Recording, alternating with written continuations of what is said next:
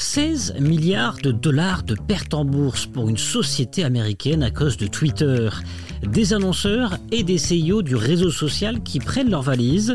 Le rachat de Twitter par Elon Musk va-t-il vraiment dans le bon sens? Que cherche l'homme le plus riche du monde? Elon Musk va-t-il tuer Twitter ou lui donner de nouvelles ailes? Passage au scan. Je suis Landry Benoît, vous écoutez le Scan, le podcast actu de Tel Quel. Et ce mercredi 16 novembre 2022, je vous propose de parler du réseau social à l'oiseau bleu. I heard he dyed his hair today. I read it on Twitter. I am going to make history here as the first president to live tweet. I see it on Twitter. Trending. C'est un réseau social devenu réseau favori des responsables politiques et médiatiques en Occident, mais pas seulement. Créé en 2007, Twitter compte aujourd'hui 436 millions d'utilisateurs dans le monde. Dire ce que l'on pense en 140 signes, c'était ça, l'idée de génie de ses fondateurs. Depuis, Twitter a évolué. Les Twitter Spaces ont fait leur nid depuis la pandémie du Covid-19 et le réseau social a dû faire à plusieurs reprises le ménage entre vrais et faux comptes. Des faux comptes utilisés parfois par des États ou des organisations terroristes. Mais une fermeture de compte a fait beaucoup de bruit en 2020. Celle de Donald Trump, l'ancien président américain. Mais tout cela pourrait désormais changer avec le rachat d'Elon Musk. Alors, à quoi s'attendre? C'est ce que nous allons voir dans cet épisode du Scan. Et d'abord, l'histoire de ce rachat. Le milliardaire américain a annoncé début 2022 sa volonté d'acheter Twitter avant d'apparaître quelques semaines plus tard, en avril de la même année, premier actionnaire de Twitter avec 9% des parts du réseau social. Depuis, du chemin a été parcouru. Une procédure avait été enclenchée le même mois d'avril avec un montant de près de 44 milliards de dollars proposé pour ce rachat. Puis, en juillet dernier, rebondissement. Elon Musk rompt l'accord d'achat. Il accuse le réseau social de lui avoir fourni des informations frauduleuses, en particulier concernant la part des faux comptes pilotés par des bots, selon lui. Un procès entre Twitter et le milliardaire devait d'ailleurs s'ouvrir courant du mois de novembre. Selon certains médias américains, Elon Musk aurait en fait été contraint d'effectuer ce rachat en raison d'éventuelles sanctions judiciaires. Ziad Rissi est journaliste de la rédaction de Tel Quel. Quelles sanctions, Ziad, auraient pu être appliquées par la justice américaine si Elon Musk n'avait donc pas décidé d'acheter Twitter? Pour l'instant, il n'existe aucune évaluation publique du montant qu'aurait eu à payer Elon Musk comme sanction en cas de retrait du deal entre lui et la plateforme ou le réseau social. Mais on sait que la justice prévoyait une clause d'1 milliard en cas de retrait de l'un des deux parties, du coup en cas de fin de deal. Sauf qu'on sait pertinemment, notamment dû à la fluctuation des actions de Twitter, que ce milliard n'aurait pas du tout suffi à Elon Musk et ne lui aurait pas permis de s'en sortir indemne.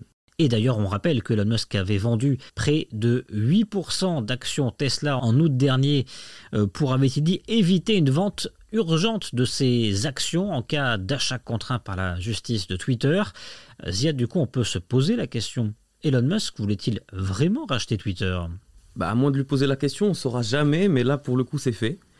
Et je pense qu'il est conscient du pouvoir que pourrait lui octroyer cet achat et que toute cette démarche, tout ce cirque, si vous me permettez le terme, autour des faux comptes, ça n'était qu'une tentative de négociation un peu déguisée pour passer par un argument de force. On sait qu'il a appelé un ancien lanceur d'alerte qui travaillait chez Twitter à témoigner, etc. Et pourtant, il ne s'est pas désisté, donc sa volonté d'acheter était là. Elon Musk rachète enfin Twitter. L'oiseau est libéré, a tweeté le patron de Tesla et homme le plus riche au monde après avoir pris le contrôle de la plateforme pour 44 milliards de dollars. Vendredi 27 octobre 2022, le rachat de Twitter par Elon Musk est donc conclu. Un rachat qui s'est suivi d'un séisme au sein de la plateforme. Plus de 3000 salariés représentant la moitié des effectifs ont été mis à pied dans les heures qui ont suivi. L'oiseau bleu a du plomb dans l'aile et ses 7500 salariés vivent désormais avec la peur au ventre.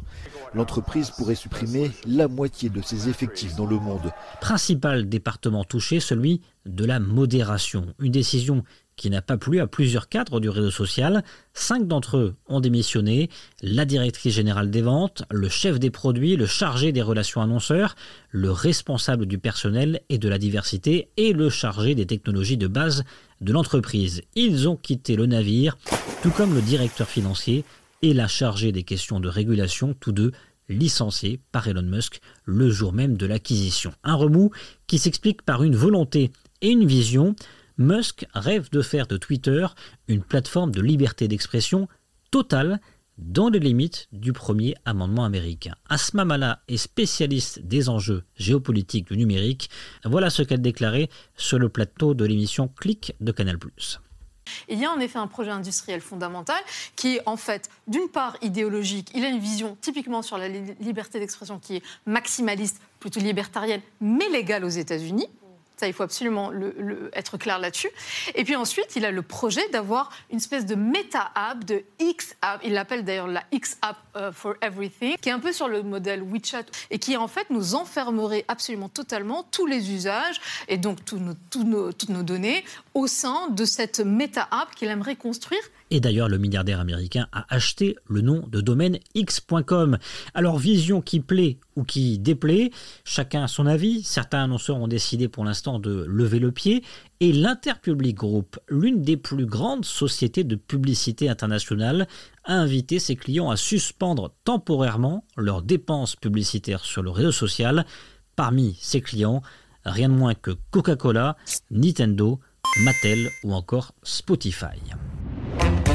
Autre mesure prise par Elon Musk depuis son arrivée, Twitter Blue ou la certification du compte par abonnement. $7,99 chaque mois pour la célèbre petite pastille bleue à côté de votre nom et identifiant Twitter. Mais pas seulement, la possibilité aussi de poster des vidéos et audios plus longs et la promesse d'une réduction de visibilité de moitié pour les publicités. Ces deux derniers points, c'était une nouveauté, seulement voilà, ce privilège de pastille bleue était autrefois accordé à ceux qui fournissaient des documents officiels prouvant leur identité.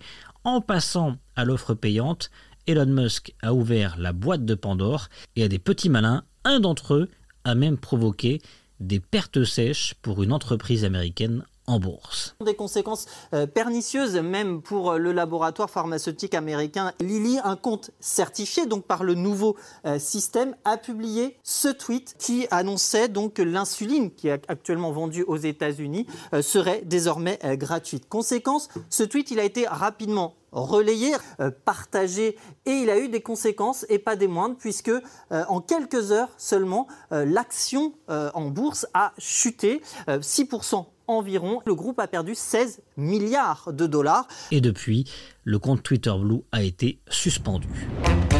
Elon Musk va-t-il donc tuer Twitter? Non également pour Ziad Rissi, journaliste à tel quel. On pourrait vivre une nouvelle ère de Twitter. Peut-être pas la mort, peut-être la mort de l'ancien Twitter, peut-être l'arrivée de nouvelles tendances, de nouvelles choses, d'un nouveau type d'interaction en fait sur le réseau. Mais je ne pense pas qu'il ait un intérêt à tuer la plateforme. Une nouvelle ère pourrait donc se dessiner avec peut-être une nouvelle appellation. Une nouvelle ère qui aura des conséquences selon Asma Mala, spécialiste des enjeux géopolitiques du numérique.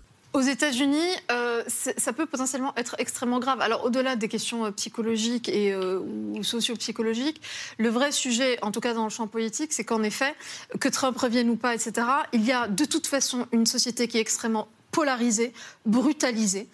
Les réseaux sociaux ne créent pas ces phénomènes, mais ils les amplifient de façon assez drastique par les modèles économiques, de viralité, de buzz, etc. Et donc, de ce point de vue-là, avoir quelqu'un qui explique, qui va modérer encore moins que ce qui est déjà pas extraordinaire, et ce qui n'est absolument pas du tout illégal par le premier amendement de leur Constitution, qui sacralise la liberté d'expression, là, oui, on peut avoir un effet direct politique de surpolarisation, voire même d'implosion civile. Et selon la chercheuse, il faudra se méfier de la façon dont Elon Musk va orienter ses projets à l'avenir. Il y a Twitter, bien sûr, il y a SpaceX, il y a encore Tesla. Pour elle, Elon Musk est un anarchiste libéral, un peu à l'image du Joker, qui souhaite interpeller notamment sur les failles de nos États. Dans cette dynamique un peu Joker, anarchiste de droite, Et si on est vigilant au système, il pointe les failles de nos systèmes, de nos institutions. Et si on n'est pas trop bête, on irait regarder ces failles-là pour les colmater, les réparer, les repenser collectivement très vite. Et toute la question de Musk n'est pas Musk. La question de Musk, c'est qu'est-ce que nous on fait, qu'est-ce que l'État fait. Et vous, que pensez-vous de ce rachat par Elon Musk de Twitter? Êtes-vous inquiet ou au contraire ravi? Faites-le nous savoir en partageant cet épisode du Scan sur vos réseaux sociaux avec le hashtag tel quel et le hashtag le Scan. Le Scan, le podcast d'actualité, c'est fini pour aujourd'hui. Réalisation Adam Al-Arshawi. Et n'hésitez pas à vous abonner sur le site telquel.ma et à nous retrouver chaque jour du lundi au vendredi sur toutes les applications de plateformes de podcast et de streaming.